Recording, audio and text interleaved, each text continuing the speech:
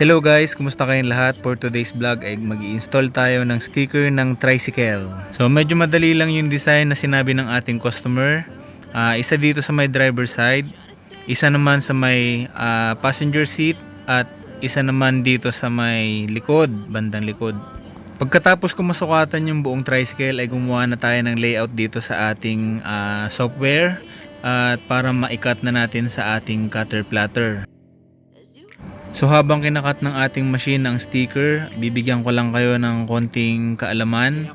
Ito nga palang sticker na ito ay reflective vinyl sticker. At dalawang kulay po ito, isang black at isang red.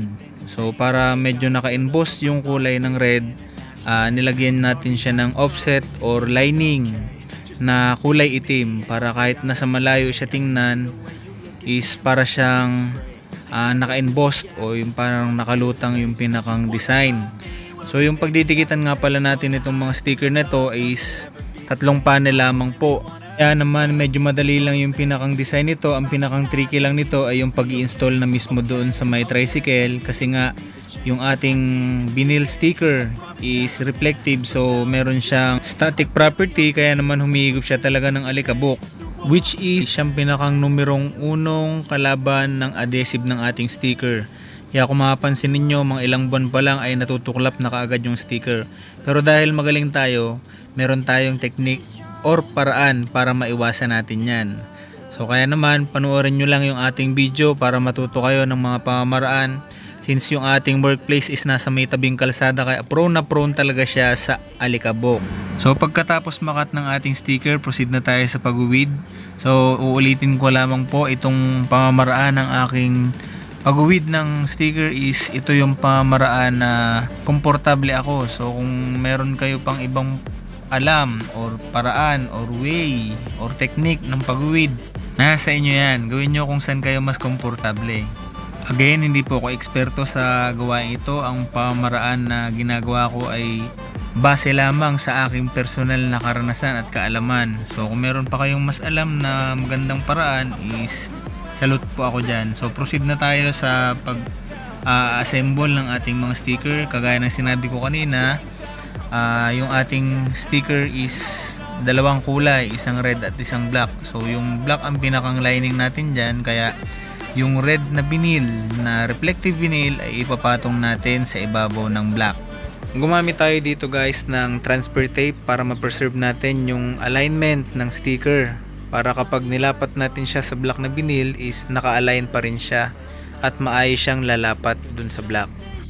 So again, maraming paraan ng paglalapat or pagko-combine or pag-assemble ng dalawang kulay ng sticker.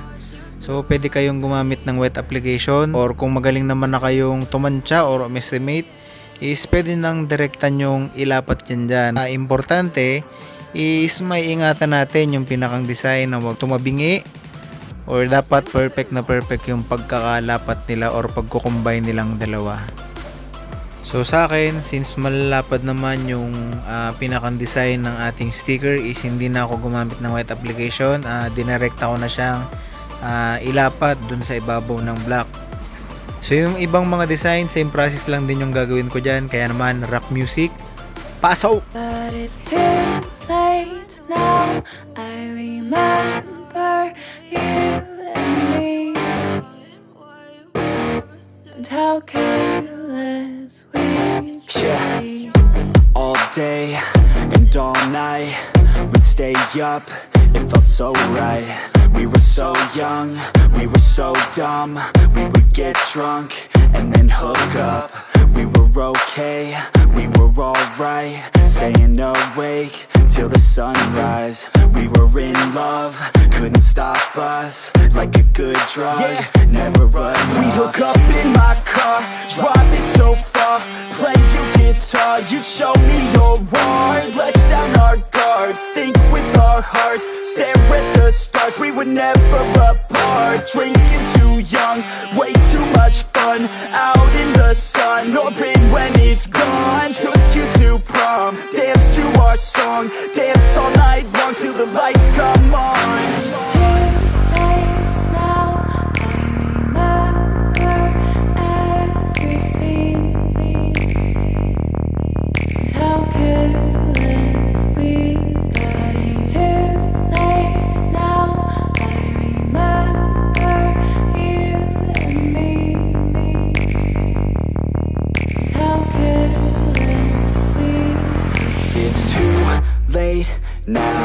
I remember everything, and how careless we could be, and how careless we could be, and how careless we could be. And how careless we could be. And how careless we could be.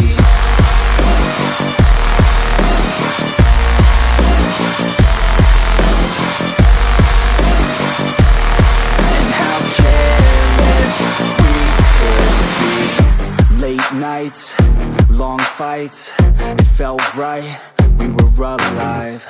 We would go out, we were so loud, we were so proud, we had no doubts. Weekends and weekdays, we'd spend our own way. We were careless, we were fearless, we were reckless, time was precious. We loved to waste time, whiskey and wine, drinking all night, asleep by your side. Finally alive, we would just drive, never arrive. Our journey was live, staying out late, testing our fate, running away. We live for today, young and so bold, never get old. Screw what we're told, we can't be controlled. It's too late now. I remember everything. And how careless we got. It's too late now. I remember you and me. And how careless we. It's too late now, I remember everything, and how careless we could be, and how careless we could be, and how careless we could be.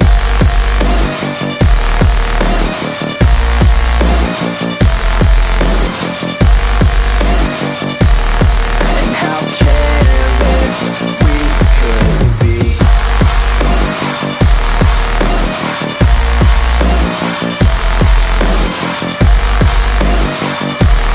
And how careless we could be.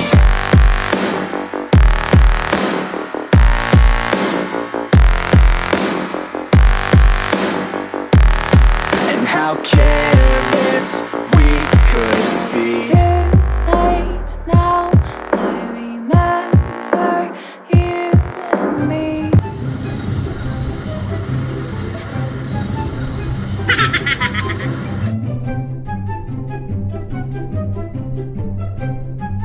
Dalawang beses na yan!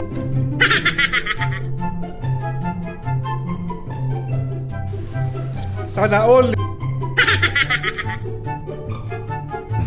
So yun guys, ito na yung sinasabi ko sa inyong pamaraan kung paano natin maiwasan yung pagdikit ng alikabok dun sa ating sticker. So syempre dapat nating linisin na maigi yung ating panel na pagdidikitan ng sticker. So yung ini-spray ko dyan, tubig lang yan na may konting sabon or hand wash yung nilagay ko para hindi masyadong madulas dun sa sticker na ating ilalapat. Kung mapapansin ninyo, nasa may tabing kalsada tayo kaya talagang exposed sa alikabok ang ating sticker. Kaya naman ganitong paraan na ginagawa natin para maiwasan natin ang pagdikit ng alikabok sa adhesive ng ating sticker.